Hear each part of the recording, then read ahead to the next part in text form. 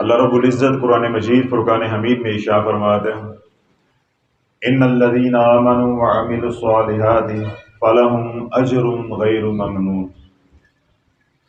مگر وہ لوگ جو ایمان لے کر آئے، نیک اعمال کیے، ان کے لیے اللہ کے ہاں بڑا اجر و ثواب ہے۔ اللہ رب العزت نے اپنے محبوب علیہ الصلوۃ والسلام کے صدقے ہمیں اعمال والی زندگی عطا کی، ہمیں نیک اعمال والی، اعمال صالح والی زندگی عطا فرمائی۔ جو نیک اعمال والی زندگی ہے اس کے ساتھ اللہ رب العزت نے کیا وعدہ فرمایا ہے؟ وَأَطِیعُوا اللَّهَ وَالرَّسُولَ لَعَلَّکُمْ تُرْحَمُونَ، اللہ اس کے رسول کی اطاعت کرو، اللہ اس کے رسول کی مان کے چلو تاکہ تمہارے اوپر رحم کیا جائے، تاکہ تمہارے اوپر رحم کیا جائے۔ تو اللہ والو جس کے اوپر رحمت ہو گئی اسی کے اوپر سلامتی ہو گئی اور اسی کے اوپر برکت ہو گئی۔ یہ تین اللہ رب العزت کے ایسے خزانے ہیں جن کی کوئی مثال نہیں ہے۔ اللہ رب العزت لامحدود خزانوں کا مالک ہے، لیکن تمام خزانوں میں جو یہ تین خزانے اللہ رب العزت کے ہیں، رحمت کا خزانہ، سلامتی کا خزانہ اور برکت کا خزانہ، ان کی کوئی مثال نہیں ہے، یہ اپنے آپ میں بے مثل و مثال ہیں۔ تو جو اللہ کی مان کے چلے گا، حضور علیہ الصلوۃ والسلام کی مان کے چلے گا، یعنی رب چاہی زندگی گزارے گا، نیک اعمال والی زندگی گزارے گا، نیکیوں والی زندگی گزارے گا، تو اس کے اوپر کیا ہوگی؟ اللہ کی رحمت، اللہ کی سلامتی اور اللہ کی طرف سے برکت نازل ہوگی۔ ہمارے ساتھ المیہ یہ ہے کہ ہم نے اپنے گھروں سے اعمال والی زندگی کو دھکے دے کے رسوا کر کے نکال دیا ہے، اور جو بقیہ ماندہ رہ گئی ہے اس کو نکال رہے ہیں۔ ہو سکتا ہے کہ یہ جو میں نے فکرہ بولا ہے کہ ہم نے اپنے گھروں سے اعمال والی زندگی کو رسوا کر کے یا دھکے مار کے نکال دیا ہے، آپ کو ہضم نہ ہو یا نامناسب لگ رہا ہو یا سمجھ نہ آیا ہو، تو میں ایک بات کہتا ہوں کہ جب بیٹے اور بیٹی کی شادی ہوتی ہے اس وقت نبی کہاں ہوتا ہے؟ اس وقت اللہ کہاں ہوتا ہے؟ جس اللہ کے ساتھ محبت کے دعوے ہیں، جس نبی علیہ السلام کے ساتھ محبت کے دعوے ہیں، غلامی کے دعوے ہیں، اس وقت نبی علیہ السلام کی مبارک زندگی کہاں ہوتی ہے؟ وہ تو محض ایک نام ہوتا ہے کہ ہم نے سنت پوری کرنی ہے، نکاح کرنا ہے، باقی تو ساری رسومات ہوتی ہیں، باقی تو ساری رسومات ہوتی ہیں۔ تو یوں ہر کام کرتے وقت ہم نبی کی زندگی کو گھروں سے نکال رہے ہیں۔ جب نبی کی زندگی ہماری زندگیوں سے نکلی، ہمارے گھروں سے نکلی، حکومت کے ایوانوں سے نکلی، کاروبار کے مراکز سے نکلی، سنتوں سے نکلی، تو وہاں پہ کیا آ گیا؟ گناہوں والی زندگی، لاپرواہی والی زندگی، لاپرواہی والی زندگی، معصیت والی زندگی آ گئی، اللہ کی نافرمانی والی زندگی آ گئی۔ حلو اب آپ حضرات یہاں تشریف فرما ہے، اللہ نہ کرے ابھی لائٹ چلی جائے تو کیا اندھیرا ہمیں لے کر آنا پڑے گا؟ یہ خود ہی آ جائے گا۔ نیکی کا نہ ہونا ہی گناہ ہے، گناہ لانے نہیں پڑتے، ان کے لیے تقدو نہیں کرنی پڑتی۔ جب اعمال والی زندگی، نیکیوں والی زندگی نہیں ہوگی تو گناہ خود بخود ہی آ جائیں گے۔ جس طرح ایک شخص کی آنکھیں نہیں ہیں، اس کو کیا کہیں گے؟ اندھا کہیں گے، نابینا کہیں گے۔ کیا وہ نابینا بننے کے لیے کہیں گیا ہے ڈاکٹر کے پاس کہ مجھے نابینا بنا دو؟ جب آنکھ نہیں ہے تو وہ نابینا ہے، روشنی نہیں ہے تو اندھیرا ہے، نیکی نہیں ہے تو گناہ ہے۔ تو جب اعمال والی زندگی گھروں سے نکلی یا ہماری اپنی زندگیوں سے نکلی تو گناہوں نے پھر ڈیرے ڈال لیے۔ تو اللہ رب العزت نے یہ جو اعمال والی زندگی ہے، یعنی نیکیوں والی زندگی ہے، اس کے اندر تین خزانوں کو چھپایا ہے۔ یہی آج کا پیغام ہے۔ ان تین اعمال والی زندگی کے اندر ان تین خزانوں کو چھپایا ہے۔ وہ تین خزانے کون سے ہیں؟ رحمت کا، برکت کا اور سلامتی کا، جو ہمیں نظر نہیں آتا، اللہ نے مخفی رکھا ہے۔ اس کے برعکس اللہ رب العزت نے گناہوں کے اندر یہ غیر یقینی کو، بے برکتی کو اور ذلت کو چھپایا ہے۔ کیا کیا ہے اللہ نے گناہوں کے اندر؟ ذلت کو، بے برکتی کو اور غیر یقینی کو اللہ نے گناہوں کے اندر چھپایا ہے۔ پھر یہ دو رستے اللہ نے ہمارے سامنے رکھ دیے، فَأَلْهَمَهَا فُجُورَهَا وَتَقْوَاهَا، ہم نے تیرے اندر خیر بھی رکھ دی اور شر بھی رکھ دی۔ قد افلح من زکاہا وقد خاب من دساہا، پھر جس نے اپنے نفس کو پاک کر لیا وہ کامیاب ہو گیا، اور جس کا نفس آلودہ رہ گیا یعنی گناہوں میں الجھا رہ گیا وہ پھر ناکام ہو گیا۔ یعنی اللہ رب العزت نے نبی علیہ السلام کے ذریعے دو رستے بھی ہمیں دکھا دیے کہ یہ دو رستے ہیں، ان دو رستوں میں سے جون سا رستہ تو اختیار کرنا چاہتا ہے، یہ نیکی کا رستہ ہے، یہ گناہ کا رستہ ہے۔ نیکی کا رستہ اختیار کرے گا، اعمال والی زندگی اختیار کرے گا تو 3 انعامات عطا کروں گا، تیرے پہ رحمت نازل ہوگی، سلامتی نازل ہوگی، برکت نازل ہوگی۔ اگر تو گناہوں والا رستہ اختیار کرے گا تو غیر یقینی ہوگی، بے برکتی ہوگی اور ذلت ہوگی۔ اور آج کیا ہوا کہ رب فرماتا ہے ان الذین آمنوا وعملوا الصالحات سیجعل الرحمن ودا، وہ لوگ جو ایمان لے کر آئے، انہوں نے نیک اعمال کیے، ایمان لے کر آئے پہلی بات، دوسری کیا ہے؟ نیک اعمال کیے، پھر ہم نے انعام کیا دیا کہ ان کے دلوں کو آپس میں جوڑ دیا، ان کے دلوں کو آپس میں جوڑ دیا۔ اب یہاں سے بات توجہ کے ساتھ سننی ہے، جب گھروں میں اعمال والی زندگی تھی تو دل جڑے ہوئے تھے، صحابہ کی زندگی اعمال والی زندگی تھی، دل جڑے ہوئے تھے۔ ہماری زندگی مال والی زندگی ہے، ہماری زندگی کیا ہے؟ مال والی۔ تو مال والی زندگی کے ساتھ اللہ نے دل جوڑنے کا وعدہ نہیں کیا، اللہ نے نیک اعمال کے ساتھ یہ وعدہ کیا ہے کہ جب اپنی زندگی کے اندر نیک اعمال لے کر آؤ گے، گھروں کے اندر نیک اعمال لے کر آؤ گے تو بشارت کیا دی ہے کہ ہم تمہارے دلوں کو جوڑ دیں گے۔ صحابہ کی زندگی کیسی تھی یا ان کے دل کیسے جڑے ہوئے تھے؟ صحابہ جب آپس میں ملاقات ہوتی تو پوچھتے کہ رات قرآن کتنا پڑھا تھا؟ توجہ ہے خضر کہ رات کیا کیا تھا؟ قرآن کتنا پڑھا تھا؟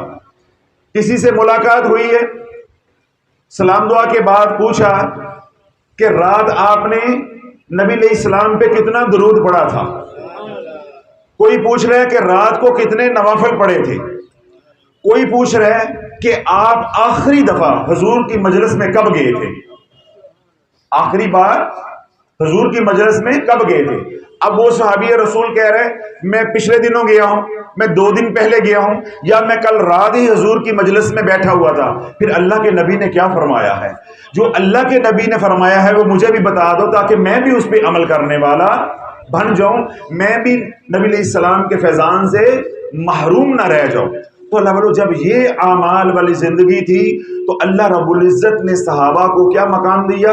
اب حیات الصحابہ پڑھیں، صحابہ کی مبارک زندگیاں پڑھیں، آپ کو یہ قول یہ بات ملے گی کہ صحابہ فرماتے ہیں کہ جہاں 2 لوگوں نے کھڑے ہو کے کسی کی غیبت کی ہوتی تھی، ہمیں اس غیبت کی بھی بدبو آ جاتی تھی، ہمیں معلوم ہو جاتا تھا یہاں کھڑے ہو کے کسی نے کسی کی برائی کی ہے، غیبت کی ہے۔ تو اللہ والو جب ہم نے صحابہ کا طریقہ چھوڑا، صالحین کا طریقہ چھوڑا، بزرگان دین کا طریقہ چھوڑا، تو ہم نے مال والی زندگی اپنا لی، گھروں سے اعمال کو یعنی اعمال والی زندگی کو نکال دیا، تو پھر کیا ہوا کہ جو دل جڑے ہوئے تھے وہ دل ٹوٹ گئے، ان دلوں میں فصل آ گیا۔ آج بھائی کا بھائی کے ساتھ دل نہیں ملتا، بھائی کا بہن کے ساتھ دل نہیں ملتا، اولاد کا ماں باپ کے ساتھ دل نہیں ملتا۔ وہ بہو جس کو اتنے چاؤ کے ساتھ خوشیوں کے ساتھ لاکھوں روپیہ لگا کے قرضہ اٹھا کے لے کر آتے ہیں، 3 ہفتے نہیں گزرتے، 4 ہفتے، 2 ہفتے، 1 ہفتے کے بعد طلاقیں ہو رہی ہیں۔ سالوں کی بات نہیں کر رہا، 1 ہفتہ، 2 ہفتے، 3 ہفتے، 4 ہفتے والے کیس یہاں خانقاہ میں آتے ہیں۔ میرے پاس اتنے لوگ آتے ہیں، آپ اندازہ کریں عدالتوں کا کیا عالم ہوگا۔ میرے پاس تو آٹے میں نمک کے برابر لوگ ہیں نا، تو عدالتوں میں کیا حال ہوگا، عدالتوں میں کیا حال ہوگا۔ یعنی ایک ہفتہ ہوا ہے شادی کی ہے یا نکاح کی ہے، اور ایک ہفتے کے بعد کیا ہے جی ہماری آپس میں بنتی نہیں، حضرت صاحب وظیفہ دے دیں، بہو مانتی نہیں ہے وظیفہ دے دیں۔ بھائی یہ وظیفوں سے کام نہیں چلے گا، توبہ سے کام چلے گا۔ توبہ کر کے مال سے اعمال کی طرف لوٹیں گے تو اللہ نے کیا وعدہ کیا کہ دلوں کو جوڑ دوں گا۔ تو اس کا لفظ و نتیجہ کیا نکلا؟ جب گھر سے اعمال نکلے تو ہمارے گھر گھر نہیں رہ گئے، وہ مکان بن گئے ہیں، وہ سرائے بن گئے ہیں، وہ ہوٹل بن گئے ہیں۔ تو سرائے کے اندر، ہوٹل کے اندر، مکان کے اندر کسی کو پرواہ نہیں ہوتی، کوئی مرتا ہے تو مرے، کوئی جیتا ہے تو جیے۔ بات سمجھ آ رہی؟ کوئی ہوٹل ہے، ہوٹل میں میں بھی رہ رہا ہوں ایک کمرے میں، ایک کمرے میں یہ رہ رہے ہیں، ایک کمرے میں وہ رہ رہے ہیں۔ سرائے ہے، ایسے ہی ہر کمرے میں دو دو ایک ایک بندہ رہ رہا ہے، کوئی کسی کو جانتا نہیں ہے، پہچانتا نہیں ہے، تو کسی کو کیا معلوم کہ دوسرے کمرے میں کوئی کتنی تکلیف سے کرا رہا ہے یا کوئی کتنا پریشان ہے۔ اللہ بولو گھر وہ ہوتا ہے جس میں رہنے والوں کی خوشی ایک ہو، غم ایک ہو۔ میں بیمار ہوں تو سارا گھر بیمار ہو، تو یہ ہے گھر۔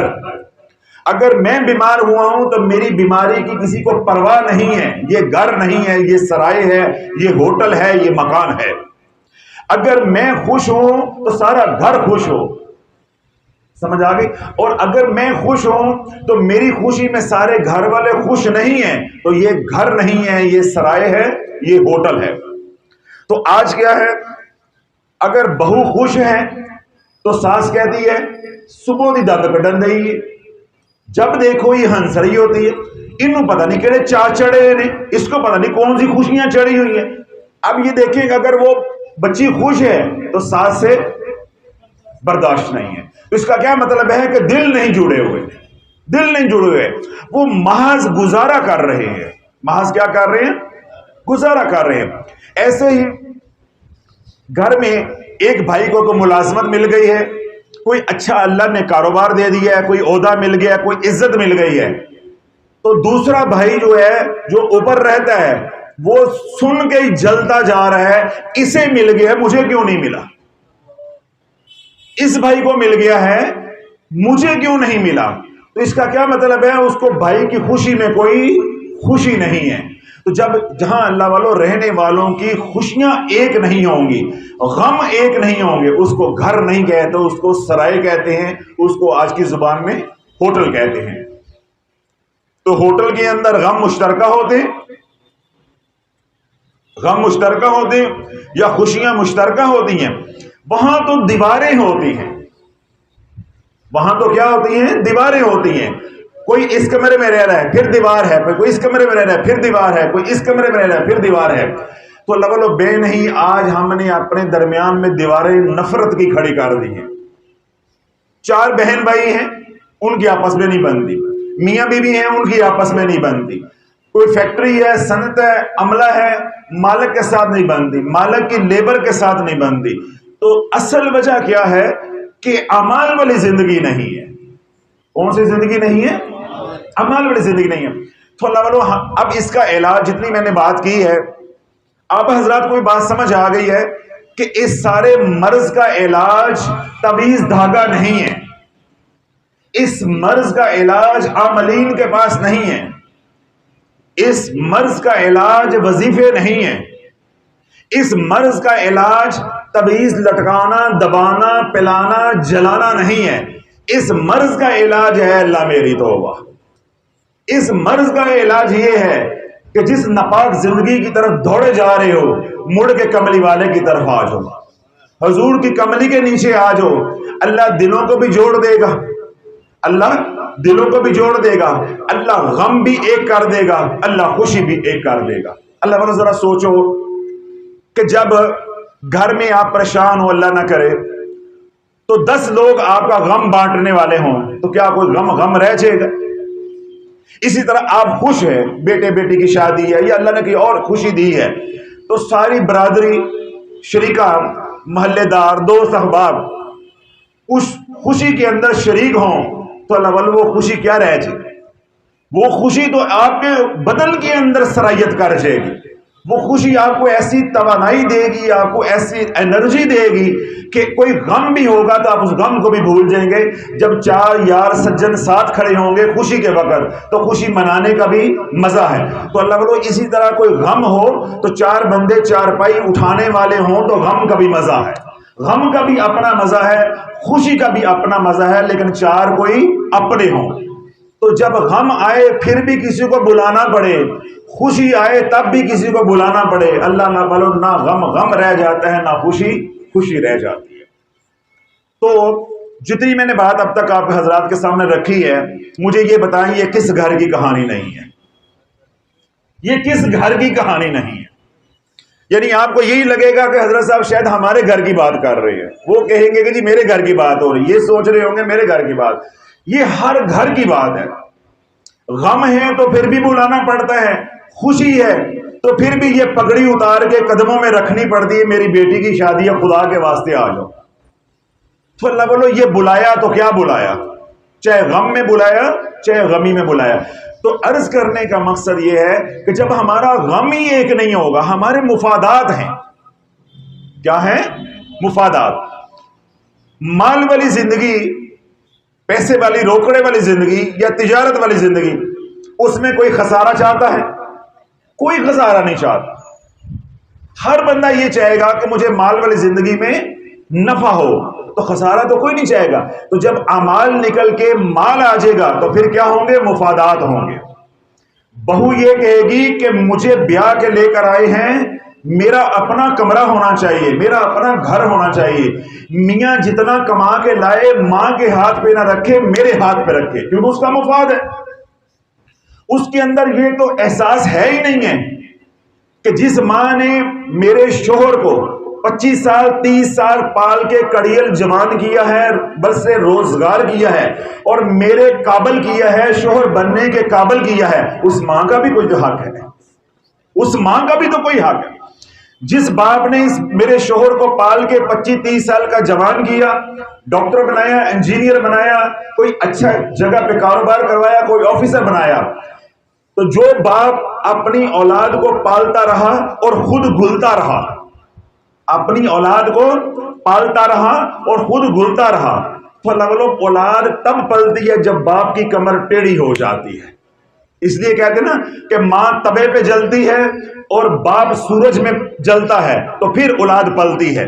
تو جس باپ نے اپنی کمر ٹیڑھی کر لی ایک 30 سال کا نوجوان بنانے کے لیے جو کہ تیرا شوہر بنا ہے، اس باپ کا اپنی اولاد پہ کوئی حق نہیں۔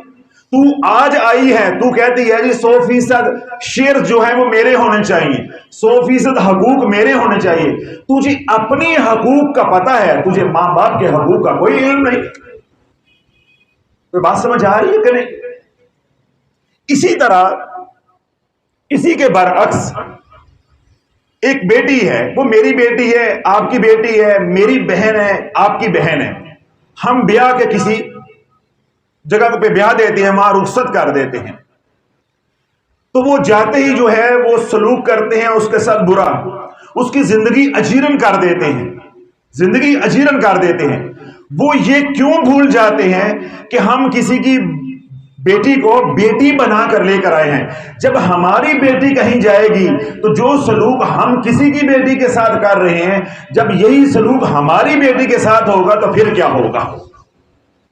آج تو زچ کر کے، لان تان کر کے، لگائی بجھائی کر کے، میاں بیوی میں لڑائی کروا کے خود مسلح پکڑ کے نماز پڑھنا شروع ہو گئی، یا سو گئی، یا اپنے کمرے میں گھس گئی، تو وہ لڑ کے اپنے ایک دوسرے کا لڑ مر رہے ہیں، یا لڑ کے ایک ادھر پڑا ہوا ہے ایک ادھر پڑا ہوا ہے، تو تجھے کوئی دکھ نہیں ہے، تجھے کوئی تکلیف نہیں ہے، تجھے کوئی غم نہیں ہے۔ ہاں انتظار کر، جب یہ سب کچھ تیری بیٹی کے ساتھ ہوگا پھر راتوں کو تجھے نیند نہیں آئے گی، پھر تو آدھی رات کو کہے گی پیر صاحب کوئی وظیفہ دے دو، اسی بڑے تنگ ہاں، ساڈی کڑی نال اے کر دیتا ہے، ساڈی کڑی تے تیل سٹ کے اگ لا دیتی ہے، پھر یہ یاد آئے گا کہ میری بیٹی کے ساتھ ہو گیا۔ تو اللہ بولو یہ تصویر کے دونوں رخ میں نے آپ کے سامنے رکھے، نہ کوئی ادھر کمی ہے اور نہ کوئی ادھر کمی ہے، نہ اس کو حقوق العباد کا احساس ہے نہ اس کو حقوق العباد کا احساس ہے۔ جنگ کس کی ہو رہی ہے؟ مفادات کی۔ جنگ کس کی ہو رہی ہے؟ مفاداتی. تو اللہ والو یہ دنیا تو زور کی ہے ورنہ کسی اور دی. یہ دنیا تو زور کی ہے. پھر جس میں زور ہوگا، ساس میں زور ہے تو ساس کھینچ لے گی، اگر بہو میں زور ہے تو بہو کھینچ لے گی. لیکن اگر گھر میں شریعت ہوگی، حضور علیہ الصلوۃ والسلام کی مبارک زندگی ہوگی، اعمال والی زندگی ہوگی، تو پھر کیا ہوگا؟ بہو کو یہ معلوم ہوگا کہ میری حد یہ ہے، میری حد یہ ہے. ساس کو معلوم ہوگا میری حد یہ ہے، بیٹے کو معلوم ہوگا میری حد یہ ہے، ماں باپ کو معلوم ہوگا ہماری حد یہ ہے. جب ہر کوئی اپنی حد کے اندر رہے گا تو پھر اللہ والوں لڑائیاں ہوں گی، پھر غم ہوں گے نہیں. پھر وہ گھر ہوگا. جو گھر ہوتا ہے پھر اس میں نے کیا کہا، غم بھی ایک ہوتا ہے، خوشی بھی ایک ہوتی ہے. جب غم آتا ہے تو غم سب کا سانجھا ہوتا ہے، جب خوشی آتی ہے تو خوشی بھی سب کی سانجھی ہوتی ہے. آج کیا ہے کہ غم آتا ہے، ادھر غم آیا ہے، ادھر دانت نکل رہے ہیں. اس گھر میں غم آیا ہے، ادھر دانت نکل رہے ہیں. اس گھر میں خوشی آئی ہے، ادھر تویز جلائے جا رہے ہیں. اندر بھی جل رہا ہے اور باہر بھی جل رہا ہے کہ ان کے گھر میں خوشی کیوں آ گئی ہے، ان کی بیٹی کی شادی کیوں ہو گئی ہے، ان کے بیٹے کو نوکری کیوں مل گئی ہے، ان کا بیٹا باہر کیوں چلا گیا ہے، یہ میری ساس مرتے مرتے دوبارہ کیوں بچ گئی ہے، مرتے مرتے کیوں بچ گئی ہے، یہ ہسپتال سے واپس کیوں آ گئی ہے، اسے شفا کیوں مل گئی ہے. تو اللہ والو جب مفادات ہوں گی پھر یہ نظام ہوگا. تو آج یہی حالات ہمارے گھروں کے ہیں. تو پھر کیا میں کہوں کہ یہ گھر ہیں، یہ ہوٹل ہیں، یہ سرائے ہیں. تو اللہ والو اگر آپ حضرات یہ چاہتے ہو کہ ہمارے گھر میں ساس بہو کی لڑائی نہ ہو، بچوں کی آپس میں مار کٹائی نہ ہو، نفرتیں نہ ہو، بے برکتی نہ ہو، بے برکتی نہ ہو، غیر یقینی نہ ہو، لا علاج بیماریاں نہ ہو، جادو نہ ہو، جب یہ ساری نعمتیں چاہتے ہو تو میں نے کیا کہا ہے کہ اعمال والی زندگی لے کر آنی پڑے گی. عامل کو یا تویز کو لے کے آنانی پڑے گا. یہ مسئلہ تویزوں سے حل نہیں ہوگا، یہ مسئلہ کوئی پیر حل نہیں کرے گا، یہ مسئلہ کوئی عامل حل نہیں کرے گا. یہ مسئلہ حل ہوگا تو حضور علیہ الصلوۃ والسلام کی مبارک زندگی سے حل ہوگا. بس یہ ہماری کھوپڑی کے اندر بات سمجھ آ جائے. ہم بھاگتے ہیں، بہو اچھا سلوک نہیں کر رہی، تویز لے آؤ. آپس میں لڑ رہے ہیں، تویز لے آؤ. اولاد کی نوکری نہیں لگ رہی، تویز لے آؤ. کوئی بیمار ہو گیا ہے، تویز لے آؤ. اللہ والو یہ بات چیخ چیخ کے میں مر گیا ہوں کہ جس گھر میں تویز آ گیا، جس گھر میں ایک بار عامل گھس گیا، وہ اس دن نکلے گا جس دن تو صفحہ ہستی سے مٹ جائے گا. تیرے پاس کھانے کو روپیہ نہیں رہے گا، کھانے کو روپیہ نہیں رہے گا. یہاں میرے پاس بھی آنا ہے تو ادھار کرایہ لے کر آئے گا. نہ تیرے پاس ایمان رہ جائے گا، نہ تیرے پاس مال رہ جائے گا، تب تجھے چھوڑے گا. تو ایک بار تویز منگوا آن لائن. آج کل تو آن لائن کا رواج ہے نا، عورتیں گھر بیٹھے تویز منگوا رہی ہیں، جلا رہی ہیں، لٹکا رہی ہیں، پھیلا رہی ہیں کہ میرا خصم میرے ہاتھ میں ہو جائے. دن میں ہمیں سینکڑوں نہیں، درجنوں نہیں، سینکڑوں نہیں، ہزاروں میسیجز صرف یہ آتے ہیں، حضرت صاحب کوئی ایسا کام کر دیں، ایسا تویز دے دیں، ایسا وظیفہ دے دیں کہ میرا شوہر اپنی ماں سے منہ موڑ کے صرف میرا ہی ہو جائے. کتنے میسج آتے ہیں حضرت؟ ہزاروں. میں نے بیان کے شروع میں کہا کہ میری حیثیت کیا ہے؟ آٹے میں نمک کے برابر. یہ 27 کروڑ کا ملک ہے، تو میرے پاس کروڑوں تو نہیں آ رہے، چند لوگ آتے ہیں. تو ہزاروں میسج میرے جیسے بندے کو روزانہ آ رہے ہیں کہ حضرت صاحب کچھ ایسا کر دے، کوئی ایسا تویز دے دے، کوئی ایسی گدڑ سنگی دے دے کہ بس راتوں رات میرا شوہر جو ہے وہ میرا دم چھلا بن جائے اور ماں سے منہ موڑ لے. اور تویز کون سا دیا جا رہا ہے؟ عاملین، اللہ والو اپنی آنکھیں کھولو، تمہیں کیا پلایا جا رہا ہے. اور تمہاری عورت اپنے حیض کا خون پانی کے اندر ملا کے تمہیں پلا رہی ہے تسخیر کے لیے کہ یہ میرا ہو جائے.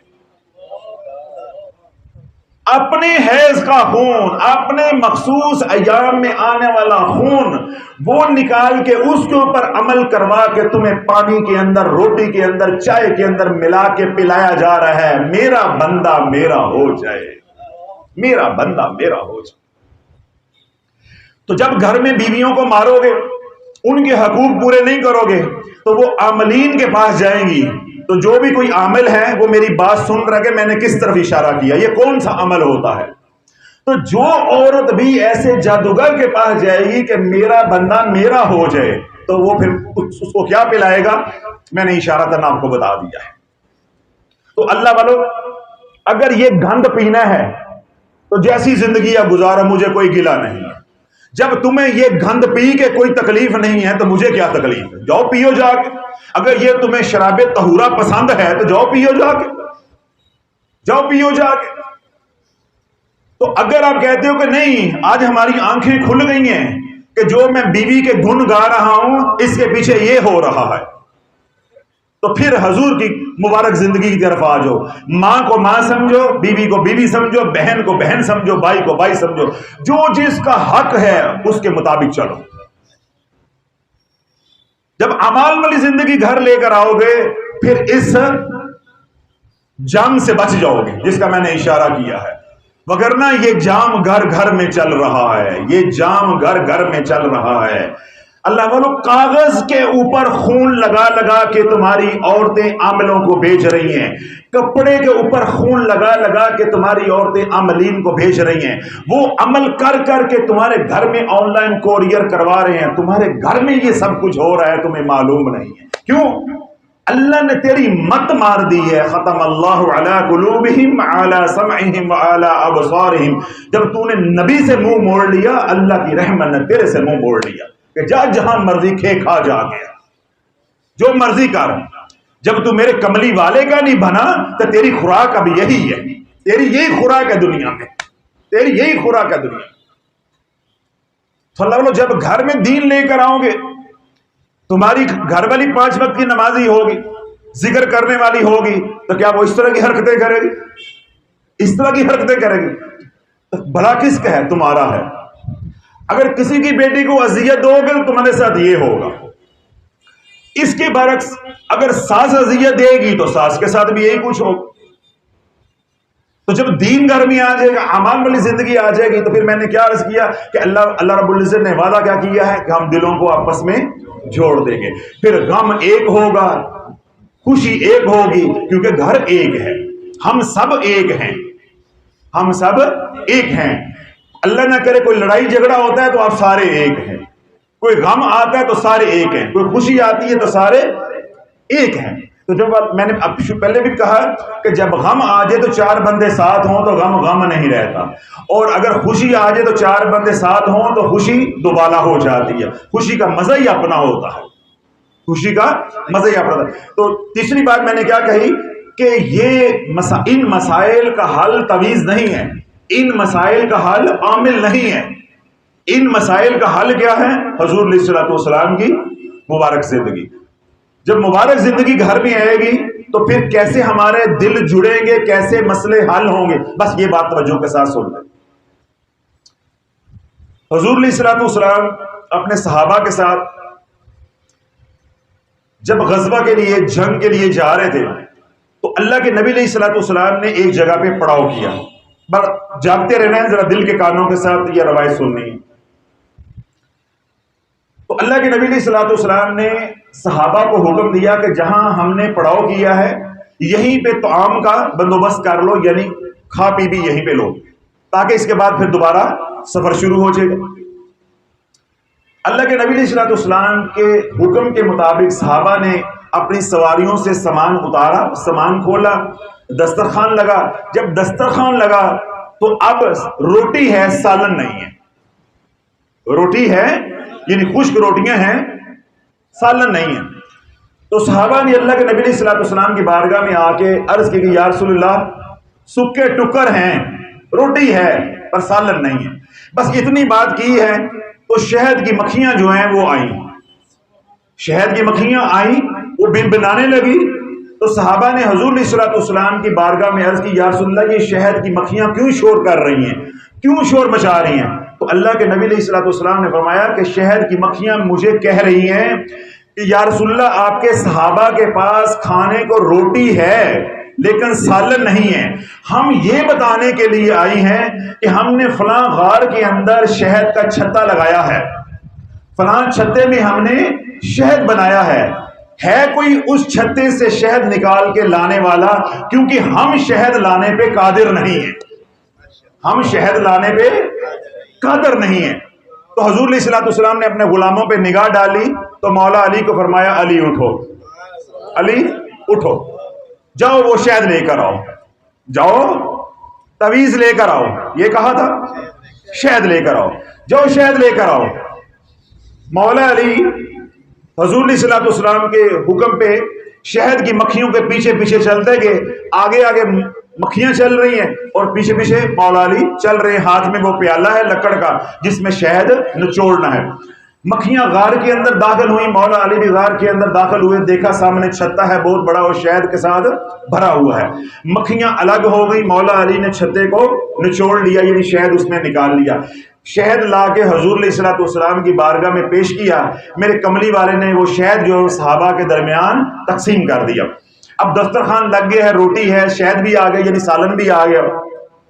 اب صحابہ جو ہے وہ نوش کرنے لگے ہیں تو مکھیاں دوبارہ آ گئی، مکھیاں دوبارہ آ گئی. اب توجہ رکھیے گا، مکھیاں دوبارہ آ کے جب شور کرنے لگی تو صحابہ نے حضور علیہ الصلوۃ والسلام کی بارگاہ میں عرض کی کہ یا رسول اللہ، پہلے شور کر رہی تھی کہ شہد لے جاؤ، اب یہ کیوں شور کر رہی ہیں؟ تو حضور علیہ الصلوۃ والسلام نے ارشاد فرمایا کہ میں نے ان سے پوچھا ہے کہ تمہاری خوراک کیا ہے، تو یہ میرے سوال کا جواب دے رہی ہیں، یہ میرے سوال کا جواب دے رہی ہیں اور یہ کہہ رہی ہیں کہ یا رسول اللہ ہماری خوراک پھول ہے جو ویرانوں میں، باغات میں، بیابانوں میں ہوتے ہیں. تو پھر میں نے ان سے اگلا سوال کیا ہے کہ جو پھول ہوتے ہیں وہ تو کسیلے ہوتے ہیں، کھٹے ہوتے ہیں، کڑوے ہوتے ہیں، بے ذائقہ ہوتے ہیں، بد مزہ ہوتے ہیں، جبکہ تمہارا شہد جو ہے وہ صاف بھی ہوتا ہے، شفاف بھی ہوتا ہے، میٹھا بھی ہوتا ہے، یہ کیسے ہو جاتا ہے؟ اب ذرا جاگتے رہیے گا.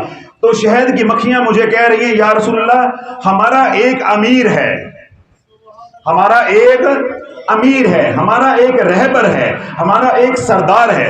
جب ہم پھولوں کا، پھلوں کا رس چوس کے اپنے چھتے پہ جاتی ہیں تو ہمارا امیر، ہمارا سردار باواز بلند پڑتا ہے اللہم صلی علی محمد وعلی آل محمد.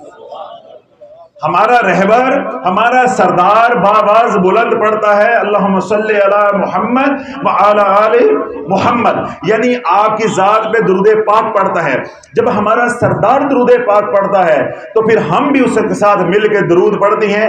یا رسول اللہ یہ درود کی برکت ہے کہ جو بد ذائقہ، بے ذائقہ، کھٹے اور کسیلے جو سارے ذائقے ہیں اللہ ان کو شرینی میں بدل دیتا ہے، اور درود کی برکت اور رحمت سے اس کو شفاف بھی کر دیتا ہے اور میٹھا بھی کر دیتا ہے.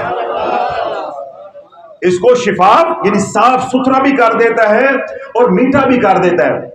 اللہ والو اس روایت کو ہر عالم دین نے اور ہر پیر نے، جو بھی درد دل رکھنے والا تھا، ہر شخص نے یہ بات لکھی ہے کہ اگر درود پڑھنے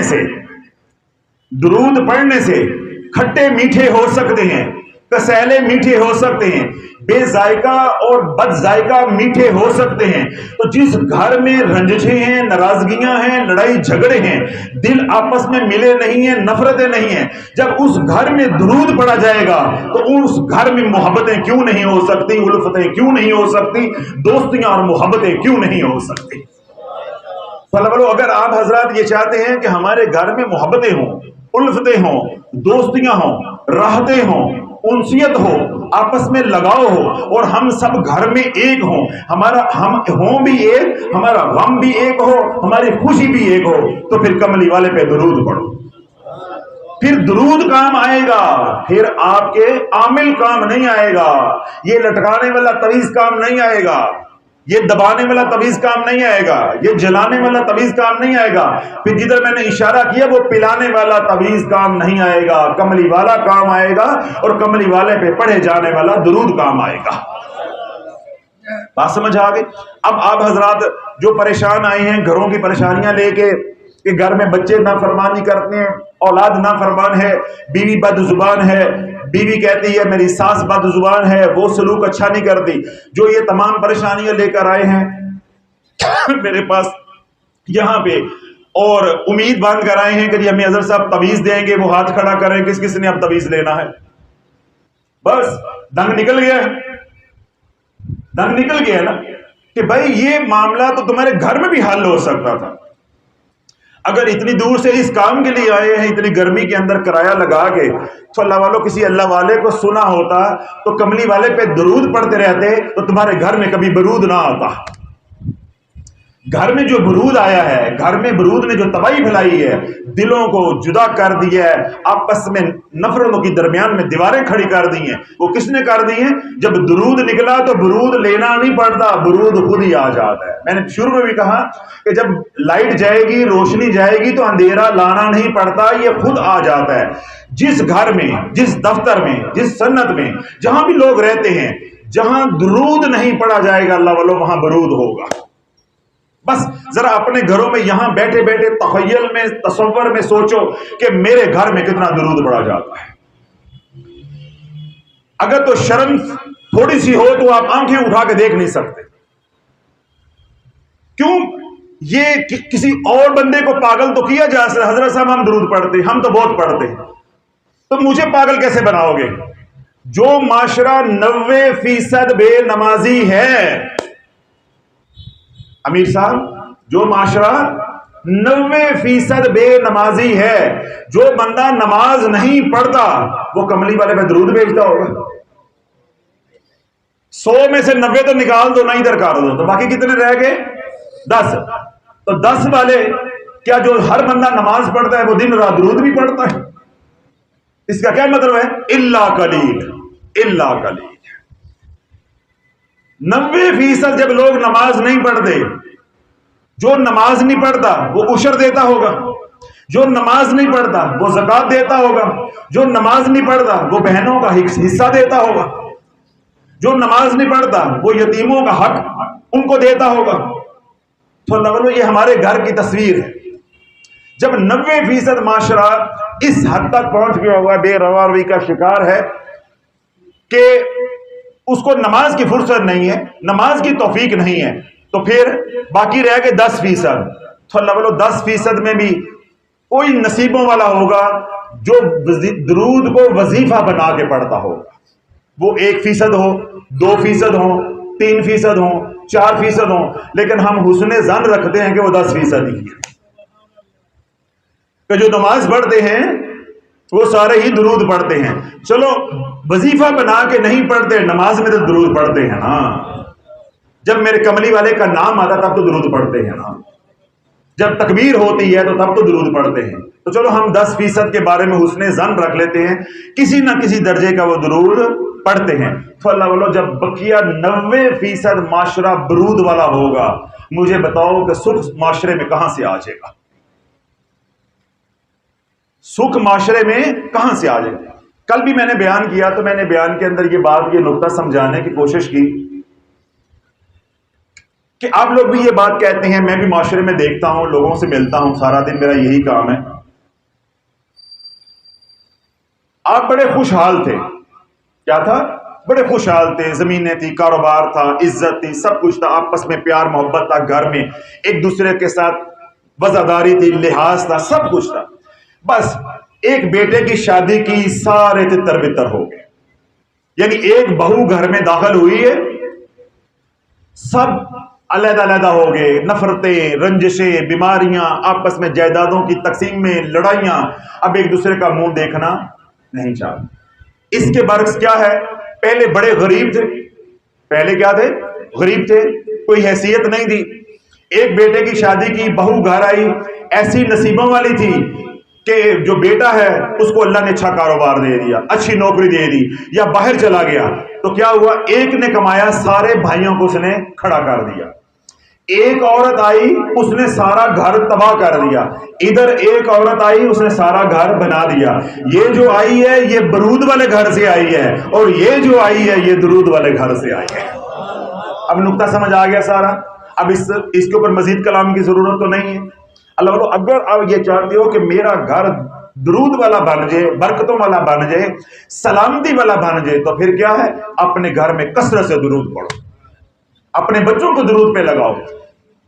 جتنی بھی گھر میں پریشانیاں ہیں، لا علاج بیماریاں ہیں، جادو ہے، لڑائی جھگڑے ہیں، جو بھی فساد ہے، دنگا فساد ہے، جس طرح کی بھی پریشانیاں جو سوچی بھی نہیں جا سکتی وہ آپ کے گھر میں ہیں، اللہ بولو 3 ختم درود پاک کے پے در پے کراؤ۔ 3 ختم درود پاک کے پے در پے۔ ختم سے مراد ہوتی ہے 1.25 لاکھ مرتبہ درود پاک۔ مثال کے طور پہ آپ کے گھر میں 5 لوگ ہیں یا 6 لوگوں کا گھر ہے، 7 لوگوں کا کنبہ ہے، تو 1.25 لاکھ مرتبہ درود پاک ہفتے کے اندر مکمل کرو۔ ایک ڈائری بنا لو، ایک ڈائری بنا لو، جتنا روزانہ سارے گھر کے افراد پڑے رات کو کلیکشن لے لو، اکٹھا کر لو، 15,000 20,000 20,000 25,000، ایک ہفتے کے اندر اندر اس کو مکمل کر رہے۔ مثال کے طور پہ آج اس طرح جمعرات ہے تو کل جمعہ ہو گیا، شب جمعہ کی اپنی فضیلت ہوتی ہے، جمعے کی اپنی فضیلت ہے، تو کل سے آپ درود پاک پڑھنا شروع کر دیں تو اگلے جمعے کو درود پاک 1.25 لاکھ مکمل ہو جائے گا۔ جمعے کو تھوڑی سی خیرات کر دیں، اپنے بچوں کو بھی کھلائیں، بہن بھائیوں رشتہ داروں کو بھی کھلائیں، ہمسایوں کو بھی کھلائیں۔ جن کے منہ میں درود پڑا رزق جاتا جائے گا، اندر سے برود نکلتا جائے گا، وہ بھی درود والے بنتے جائیں گے۔ محلے والے کھائیں گے تو محلے میں بھی عزت ہوگی، رشتہ داروں کو وہ کھلاؤ گے، رشتہ دار بھی عزت کریں گے، ان کے اندر سے قدورتیں، نفرتیں، بغض ہے، کینہ ہے، حسد ہے، اللہ وہ نکال دے گا۔ پھر اگلے جمعے سے لے کے اس سے اگلے جمعے تک ایک ختم اور دلائیں، پھر ایک ختم اور، تو 3 جمعے لگیں گے یا 3 ہفتے آپ کہہ سکتے ہیں لگیں گے۔ اللہ بولو اللہ کی عزت کی قسم کھا کے کہتا ہوں، تیرے گھر میں کوئی لڑائی جھگڑا نہیں رہ جائے گا، تیرے گھر میں کوئی پریشانی نہیں رہ جائے گی، تیرے گھر میں کوئی غم نہیں رہ جائے گا، تیری بچیوں کے سر میں جو چاندی اتر رہی ہے تجھے رات کو نیند نہیں آتی، تو رشتے دے گا نہیں، لوگ گیٹ پہ کھڑے ہو کے، دروازے پہ کھڑے ہو کے منتیں کر کے رشتے مانگیں گے۔ کیوں؟ اللہ ان کے دل میں ڈالے گا کہ پہلے یہ برود والے تھے، اب یہ درود والے ہیں، پہلے یہ کملی والے سے دور تھے، اب یہ کملی والے سے، میرے محبوب سے محبت کرتے ہیں۔ تو جو اللہ والوں اللہ کے محبوب سے محبت کرتا ہے، اللہ اس سے محبت کرتا ہے، اللہ اس سے محبت ہے۔ قُلْ إِن كُنتُمْ تُحِبُّونَ اللَّهَ فَاتَّبِعُونِ يُحْبِبْكُمُ اللَّهُ۔ اے میرے محبوب فرما دیجئے، یہ کہتے ہیں کہ اللہ ہمارے سے محبت کرے، اللہ ان سے محبت تبھی کرے گا جب یہ غلامی رسول میں آ جائے گی، جب یہ تیری اتباع کریں گے۔ تو جب اللہ کی مان کے چلو گے، اللہ کے رسول علیہ الصلوۃ والسلام کی مان کے چلو گے، تو کیا ہوگا؟ 3 ہفتے نہیں گزریں گے، اللہ دلوں کو جوڑ دے گا۔ گھر میں بیماری ہیں، اللہ بیماریوں کو نکال دے گا، گھر میں جادو ہے، اللہ جادو کو نکال دے گا، گھر میں نفرتیں ہیں، اللہ نفرتوں کو نکال دے گا، گھر میں مالی تنگ دستی ہے، بندش ہے، اللہ بندش کو دور عطا فرما دے گا۔ اس طرح کوئی اور مسئلہ ہے، تھانہ کچہری ہے، کوئی مقدمہ ہے، جتنے بھی مسائل ہیں سب کو لکھ لو، اگر ذہن میں نہیں تو سب کو لکھ لو، سب کو لکھ کے 3 ختم دلاؤ۔ کتنے؟ 3۔ اللہ بولو 3 ہفتے ہسپتالوں میں رہ سکتے ہو تو گھر بیٹھے حضور پہ درود نہیں پڑھ سکتے؟ اتنا کرایہ لگا کے گرمی میں میرے پاس آئے ہو تو گھر بیٹھ کے درود نہیں پڑھ سکتے؟ اللہ تمہیں بھی سنوار دے گا، تیری نسل کو بھی سنوار دے گا، اور آنے والی تیسری نسل کو بھی سنوار دے گا۔ یہ اللہ کا وعدہ ہے کہ جو درود پڑھے گا تینوں کو سنواروں گا، پڑھنے والے کو، اس کی اولاد کو، پھر اس کی اولاد کی اولاد کو، تینوں کو سنوارے گا۔ اولاد کے ہاتھوں بھی سکھی ہو جاؤ گے، اولاد بے روری کا شکار نہیں ہوگی، غلط کاموں میں، جس طرح آج کل بچے ہیں نشہ کرتے ہیں، آئس پیتے ہیں، برے کاموں میں پڑتے ہیں، عورتوں کے چکر، لڑکیوں کے چکر میں پڑتے ہیں، اس غم سے، اس دکھ سے بھی محفوظ رہو گے۔ صرف کرنا کیا ہے؟ 3 جمعے بس اپنے علاج پہ لگا، گھر کو جا کے دھونی دو، گھر کو کیا کرو؟ دھونی دو۔ جو گھر میں گند بلند ہے، کارپیٹس پڑے ہیں، کچرا پڑا ہوا ہے، اور کوئی گندگی کا سامان پڑا ہوا ہے، سارا گھر 2 دن لگا کے صاف ستھرا کر دو۔ کیوں صاف ستھرا کر دو؟ کہ میرا کملی والا آ رہا ہے۔ کیا یہ بعید مشکل ہے؟ تم درود پڑھو، کملی والا پھیرا ڈال دے، اپنے گھر کو سنوارو اس جذبے اور نیت کے ساتھ کہ اب ہم درود والے بن گئے ہیں، جو جہاں درود پڑھا جاتا ہے وہاں کملی والے کا پھیرا ہوتا ہے، وہاں اس کی نظر ہوتی ہے، نگاہ کرم ہوتی ہے۔ تو جس گھر کے اوپر، جن افراد کے اوپر کملی والے کی نظر ہو جائے گی، کیا وہاں جادو رہ جائے گا؟ بولیں جی جادو رہ جائے گا، بیماریاں رہ جائیں گی، لڑائیاں رہ جائیں گی، وہ تو سارے محبت کرنے والے بن جائیں گے. اللہ کے نبی نے تو محبت کرنا سکھائی ہے. تو اللہ کے نبی علیہ الصلوۃ والسلام کیا ہے؟ سراپا محبت ہے، سراپا رحمت ہے، تو محبت کرنا سکھائی ہے. تو جہاں میرے نبی کی نظر ہو جائے گی، نگاہ کرم ہو جائے گی، وہاں سے جادو بھی نکل جائے گا، بے برکتیاں بھی نکل جائیں گی، لڑائیاں بھی نکل جائیں گی، بیماریاں بھی نکل جائیں گی، نفرتیں قدورتیں بھی نکل جائیں گی. اس جذبے کے ساتھ اپنے گھر کو کل جا کے صاف کرو کہ ہمارے گھر میں ہمارے حضور آ رہے ہیں. دیکھیں میں محافل میں جاتا ہوں تو جن کا میں مہمان ہوتا ہوں تو میرے میزبان میں گھر میں دیکھتا ہوں انہوں نے سارا وہ گھر میں چونا کرایا ہوتا ہے، پینٹس کروائے ہوتے ہیں، گھر کی بیڈ شیٹیں، برتن، سب کچھ نیا لے کر آتے ہیں. کس جذبے کے ساتھ؟ کہ ہمارے گھر میں ہمارے مرشد آ رہے ہیں، ہمارے گھر میں ہمارے مرشد آ رہے ہیں، ہمارے گھر میں فلاں دن محفل ہے، ملتان سے فلاں فلاں لوگوں نے آنا ہے. تو وہ کیا ہوتا ہے کہ ساری ضرورتیں پیچھے کر کے تو ہمارے لیے تیاری کرتے ہیں. تو اللہ بولو میرے لیے تیاری میرے مریدین کرتے ہیں، تو امتی اپنے نبی کے لیے تیاری نہیں کر سکتا؟ میرے مرید جن کی تھوڑی سی تربیت ہوئی ہے وہ میری اتنی آؤ بھگت کرتے ہیں، میرے لیے تیاریاں کرتے ہیں، تو آپ اپنے کملی والے کے لیے تیاریاں نہیں کر سکتے؟ کل اللہ والا جمعہ ہے، وقت نکالو، جمعہ، ہفتہ اتوار، 3 دن. جن کو اتوار کی چھٹی ہے وہ ہفتہ اتوار لگاؤ، جنہیں کل کی چھٹی ہے وہ جمعہ ہفتہ لگاؤ. 2 دن لگا کے سارا گھر اپنا صاف، جو گند بلند ہے سب صاف کر دو، درود پاک پڑھتے جاؤ اور اللہ کی بارگاہ میں عرض کرتے جاؤ کہ یا اللہ میں ظاہر پاک کر رہا ہوں، تو اندر باطن پاک کر دے. گھر کو صاف کرنا تو ہمارے ہاتھ میں ہے نا، یہ اندر صاف کرنا ہمارے ہاتھ میں نہیں. اللہ سے دعا کرتا ہے یا اللہ ظاہر میں صاف کر رہا ہوں، اندر کو تو صاف کر دے. پھر اندر ہی اندر سوال آئے گا کہ صفائیاں کیوں کر رہے ہو؟ ہمسائے پوچھیں گے صفائیاں بڑی ہو رہی ہیں، خیر ہے. دوست احباب فون آئیں گے بڑی صفائیاں ہو رہی ہیں، خیر ہے. انہیں کہنا کہ فقیر نے بتایا ہمارے گھر حضور آ رہے ہیں، ہمارے گھر میں کملی والے آ رہے ہیں، ہمارے گھر میں حضور آ رہے ہیں. آج سے ہم درود والے بن گئے ہیں. تو جو گھر درود والا بن جاتا ہے، اللہ والو آج نہیں تو کل، کل نہیں تو پرسوں، پرسوں نہیں تو ترسوں کملی والے کا پھیرا ہو کے رہے گا، ہو کے رہے گا، ہو کے رہے گا. وہ در وہ گھر کبھی بھی حضور کی توجہ سے اور آپ کے پھیرے سے محروم نہیں رہ سکتا، محروم نہیں رہ سکتا. جس درود کے ساتھ میرے کملی والے کی زیارت کا وعدہ ہے، جنت میں جو اللہ نے مقام دینا ہے وہ مقام مرنے سے پہلے دکھانے کا وعدہ ہے، تو پھیرا کیوں نہیں ہو سکتا؟ زیارت کروا دے، یہاں حجاب ہٹا کے دکھا دے یا گھر آ کے مکھڑا دکھا دے، یہ تو مالکوں کی مرضی، یہ مالکوں کی مرضی ہے. لیکن ہم صفائی کس جذبے کے ساتھ کریں گے؟ ہمارے گھر ہمارے حضور آ رہے ہیں، ہمارے گھر ہمارے حضور آ رہے ہیں. تو اللہ والوں پھر اپنے بچوں کو بٹھا کے روزانہ 2000 3000 درود پڑھیں. بقیہ جو ہے دکان پہ پڑھیں، دفتر میں پڑھیں، آتے جاتے پڑھیں. رات کو جتنا اکٹھا ہو جاتا ہے میں نے کیا کہا ہے وہ لکھ لینا ہے، 10,000 15,000 20,000. 7 دنوں میں اسے 1.25 لاکھ مکمل، یعنی ایک نصاب مکمل ہو جائے گا. اس کے بعد خیرات کریں، بچوں میں بانٹیں، گھر والوں کو کھلائیں، اپنے عزیزوں کا ہمسایوں کو کھلائیں، اور اگلا نصاب شروع کر لیں. تو میں نے کیا کہا ہے کہ 3 نصاب ختم نہیں ہوں گے پریشانیاں ختم ہو جائیں گی. پھر یہ فقیر یاد آئے گا، پھر مجھے بانگیں دو گے، آوازیں دو گے کہ حضرت صاحب ہمارا سب کچھ اجڑ گیا، تو آج آپ نے ہمیں یہ بتایا. اتنا سادہ اور آسان رستہ، ہم عاملین کے پیچھے اجڑتے رہے، ہم نے مال اجاڑ دیا، عزتیں اجاڑ دی، گھر بیچ کے عاملوں کو کھلا دیے، کچھ نہیں ملا.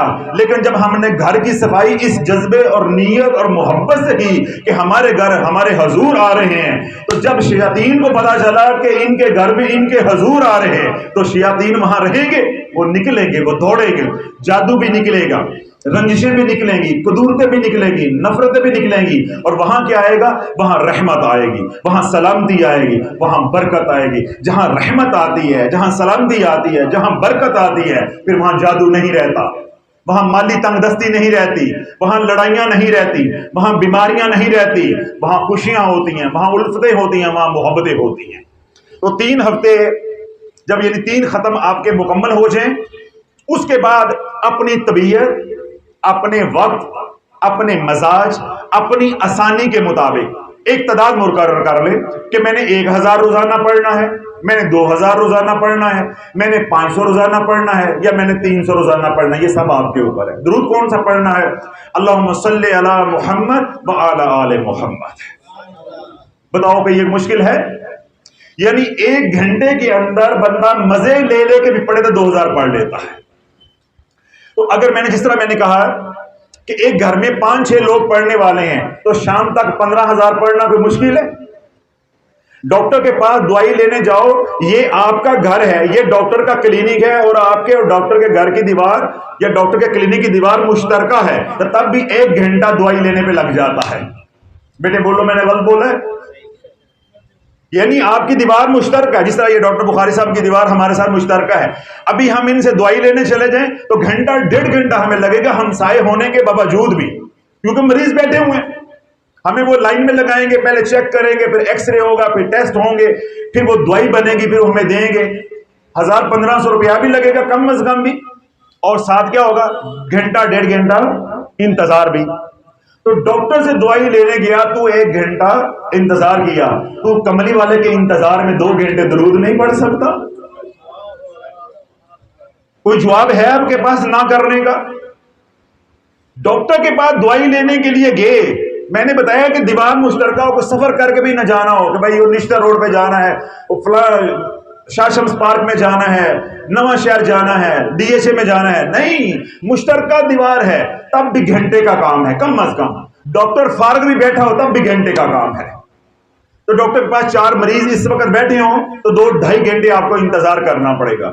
تو دوائی کے لیے تو انتظار کر رہا ہے، کملی والے کی محبت کے لیے تیرے پاس گھنٹہ نہیں ہے؟ تو گھنٹے 2 گھنٹے روزانہ دو۔ بقیہ میں نے آپ کو پر کوئی پابندی نہیں لگائی، چلتے پھرتے اٹھتے بیٹھتے وضو بغیر وضو ہر حال میں اللہم صلی علی محمد وعلی آل محمد۔ تو آخری بات میں نے کیا کہی، جب 3 ہفتے کا یہ کورس آپ مکمل کر لیں، گھر میں افاقہ ہو جائے، تو پھر آپ نے کیا کرنا ہے؟ ایک تعداد مقرر کر لیں کہ 1000 روزانہ پڑھوں گا، 500 روزانہ پڑھوں گا، 300، جو آپ کو آسانی ہے، خوشی کے ساتھ روزانہ ہدیہ دیتے جاؤ، ہدیہ دیتے جاؤ، ہدیہ دیتے جاؤ۔ اللہ تعالیٰ تمہارے گھر میں ہمسایوں سے، ہمسائے بھی کون سے؟ گلی میں جو دشمن ہیں، ذرا توجہ رکھیے گا، میں آپ کو بڑا موتی دے رہا ہوں۔ آپ کی گلی میں کوئی آپ کا اللہ نہ کرے کوئی دشمن ہے، جانی دشمن ہے، اس کے گھر سے میٹھے چاولوں کی پلیٹ آئے، آپ کو کیسا لگے گا؟ وہ جو دشمنی ہے وہ ایک دم دھڑم نیچے آئے گی کہ یار ان کے ساتھ تو ہماری جانی دشمنی ہے، انہوں نے ہمارے گھر میٹھے چاول بھیج دیے۔ 2-4-5 دن کے بعد پھر کچھ سالن آ جائے، پھر کبھی روٹی آ جائے، یہ آپ کو جو ان کے بارے میں غصہ ہے یہ بڑھتا جائے گا یا کم ہوتا جائے گا؟ کم ہوتا جائے گا۔ ہمارا کملی والا تو پہلے ناراض نہیں ہوتا، لیکن ہم نے کم نہیں کی ناراض کرنے میں، کم نہیں ہم نے کی، جو ہم کر سکتے تھے ہم نے کیا، شوری لا شوری پہ تو پہلے تو وہ رحمت للعالمین ہے، وہ ناراض نہیں ہوتا، لیکن ہم نے کہا کہ روٹھ کے رہے ہمارے سے۔ اگر کملی والا اللہ نہ کرے روٹھا بھی ہے، ناراض بھی ہے، منہ موڑا بھی ہے، تو جب ہر روز ادھر درود پاک کا ہدیہ جائے گا، ایک ظالم جو جان کا دشمن ہے اس کا غصہ کم ہو گیا، میرے مصطفیٰ میں تو جلال ہے ہی نہیں، میرے مصطفیٰ میں تو جمال ہی جمال ہے۔ میں نے تو سمجھانے کی غرض سے کہا ہے، میرا کملی والا کس سے ناراض ہوتا ہے؟ اگر کملی والا اللہ والوں ہمارے سے ناراض ہو جاتا، اللہ ہماری شکلیں بگاڑ دیتا، زندہ زمین میں گاڑ دیتا۔ ہاں یہ ضرور ہے کہ کملی والے نے دکھی ہو کے منہ موڑ لیا ہے، یہ بات طے ہے، اس میں کوئی شک نہیں ہے۔ دن رات ہم دکھ دے رہے ہیں، دن رات ہم دکھ دے رہے ہیں، دن رات ہم دکھ دے رہے ہیں۔ میں 2004-5 میں غالباً عمرے پہ تھا، تو میں نے بزرگوں سے ایک بات سنی، انہوں نے خواب دیکھا کہ حضور علیہ الصلوۃ والسلام کا سراپا یعنی ظاہر جو ہے، یہ جو قمیض ہے یا جبہ مبارک ہے، یہ سارا خون کے چھینٹوں سے بھرا ہوا ہے۔ ذرا توجہ رکھیے گا، مضمون بات مکمل ہو گئی، یہ بات اللہ نے میرے دل میں ڈال دی تاکہ اس سے مضمون اور واضح ہو جائے گا کہ ہم نے کملی والے کو ناراض کرنے میں کوئی کمی نہیں چھوڑی۔ تو انہوں نے خواب دیکھا، حضور علیہ الصلوۃ والسلام کی زیارت ہوئی، تو حضور علیہ الصلوۃ والسلام کے سارا جو لباس ہے، یعنی یہ قمیض ہے، جبہ مبارک ہے، یہ سارا خون سے نا، خون کے چھینٹوں سے بھرا ہوا ہے۔ تو فرماتے کہ میں حیرت زدہ بھی ہوا اور انتہائی پریشان بھی ہوا کہ یا رسول اللہ یہ میں کیا دیکھ رہا ہوں، یہ میں کیا دیکھ رہا ہوں؟ کہ آپ کی قمیض مبارک، آپ کا کرتا، آپ کا جبہ مبارک خون کے چھینٹوں سے بھرا ہوا ہے. تو اللہ کے نبی علیہ الصلوۃ والسلام نے مجھے مخاطب کر کے ارشاد فرمایا کہ یہ وہ دکھ ہیں جو میری امت مجھے دیتی ہے. یہ وہ دکھ ہیں جو میری امت مجھے دیتی ہے. یہ وہ سنتوں کا خون ہے جو میری سنتوں کو ذبح کر کے گٹروں میں ڈالا جاتا ہے. آج مسلمان اللہ کا دیا ہوا مال اللہ کے دین کو مٹانے کے لیے استعمال کرتا ہے. آج مسلمان اللہ کا دیا ہوا مال اس سے ریزر خرید کے شیو کر کے اللہ کی نبی کی سنت کو ذبح کر کے گٹر میں ڈالتا ہے کہ کر لے جو کرنا میرا، کر لے جو میرا کرنا ہے. پھر اللہ جادو کو بیچتا ہے، تھانے کچہری کو بیچتا ہے، بیماریوں کو بیچتا ہے. پھر کہتا ہے اسی پتہ نہیں اللہ دا کی بگاڑیا ہے. معاذ اللہ، ہمارے گھر بیماری ہی نہیں ختم ہوتی، ہمارے گھر میں جادو ہی نہیں ختم ہوتا. حضرت صاحب ہم جادو کا علاج کرواتے ہیں پھر ہو جاتا ہے، علاج کرواتے ہیں پھر ہو جاتا ہے. نہیں نہیں، تیرے سے نبی راضی ہوتا ہے، تو نبی کو پھر ناراض کر دیتا ہے، پھر تو سنت کو توڑتا ہے، پھر تو نبی کو ناراض کر دیتا ہے. جب نبی ناراض ہوتا ہے تو جادو ہو جاتا ہے. کیوں؟ جس سے اللہ کا نبی ناراض ہو جاتا ہے پھر اس اوپر اللہ کی رحمت نہیں رہتی. تو یہ چھینٹے کس کے ہیں؟ یہ وہ دکھ ہیں، یہ وہ غم ہیں، یہ وہ رنج ہیں جو میری امت نے مجھے دیے ہیں. میری سنتوں کو ذبح کرتے ہیں، ان کے خون کی چھینٹے میرے پہ آگے پڑتے ہیں. تو آج ہماری مائیں بہنیں کس کے مال کے ساتھ کپڑے پہنتی ہیں؟ اللہ کا دیا مال، اللہ کا دیا مال. اور اللہ کے دین کو مٹانے کے لیے نیم بھرنا ہو کے بے پردہ ہو کے بازاروں میں پھرتی ہیں. اور مرد کیا ہے؟ چہرہ صاف کر کے، سر ننگا کر کے، بے نمازی بن کے، غافل بن کے، شریعت کے غدار بن کے زندگی گزار رہے ہیں. اور کیا کہہ رہے ہیں؟ ہم اللہ رسول کو ماننے والے ہیں. یہ پیر فقیر تو اسلام کے ٹھیکیدار نہیں ہیں. ہم نے بھی کلمہ پڑھا ہے، ہم نے بھی کلمہ پڑھا ہے. یہ تو دین بیچنے والے ہیں، ہم تو حضور کے غلام ہیں. دعوے یہ والے ہیں اور حرکتیں کیا ہیں کہ 90% بے نمازی، 90% برود والے. اور گھر میں کہتے ہیں کہ امن نہیں ہے. جس گھر میں برود ہوگا وہاں امن ہوگا، جس گھر میں برود ہوگا وہاں خوشیاں ہوں گی، جس گھر میں برود ہوگا وہاں سلامتی ہوگی، جس گھر میں برود ہوگا وہاں برکتیں ہوں گی. نہیں، جس گھر میں درود ہوگا وہاں یہ 3 وعدے ہیں، وہاں رحمت بھی ہوگی، وہاں سلامتی بھی ہوگی، وہاں برکت بھی ہوگی. ساری بات سمجھ آ گئی؟ تو اللہ رب العزت مجھے بھی آپ کو عمل کی توفیق عطا فرمائے. تمام بیمار حضرات، تمام دکھی حضرات جو آپ جہاں سے بھی تشریف لے کر آئے ہیں، ان تمام حضرات کے لیے اتنی گرمی میں نے بھی حوصلہ کر کے اور آپ کو پابند کر کے یہ پیغام آپ تک پہنچایا ہے کہ ہماری پریشانیوں کا حل تعویذات نہیں ہے، وظیفے نہیں ہیں. حضور کی غلامی والی زندگی ہے، صحابہ والی زندگی ہے، صالحین والی زندگی ہے.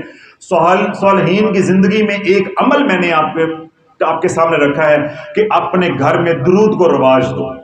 جب درود کو رواج دو گے تو اللہ نے درود کے ساتھ کتنے وعدے کیے ہیں؟ 3: سلامتی، برکت، رحمت. جب یہ 3 تیرے گھر میں آئیں گی، نہ بیماری رہے گی، نہ پریشانی رہے گی، اور نہ کوئی مقدمہ رہے گا، نہ کوئی جادو رہے گا، اور نہ کوئی بندش رہے گی. انہی کاموں کے لیے آپ میرے پاس آئے ہیں. اور ان تمام کاموں کا حل کیا ہے؟ اللہم صلی علی محمد وعلی آل محمد، اللہم صلی علی محمد وعلی آل محمد، اللہم صلی علی محمد وعلی آل محمد. کثرت کے ساتھ پڑھے، اٹھتے بیٹھتے پڑھے. اللہ مجھے بھی اور آپ کو پڑھنے کی توفیق عطا فرمائے.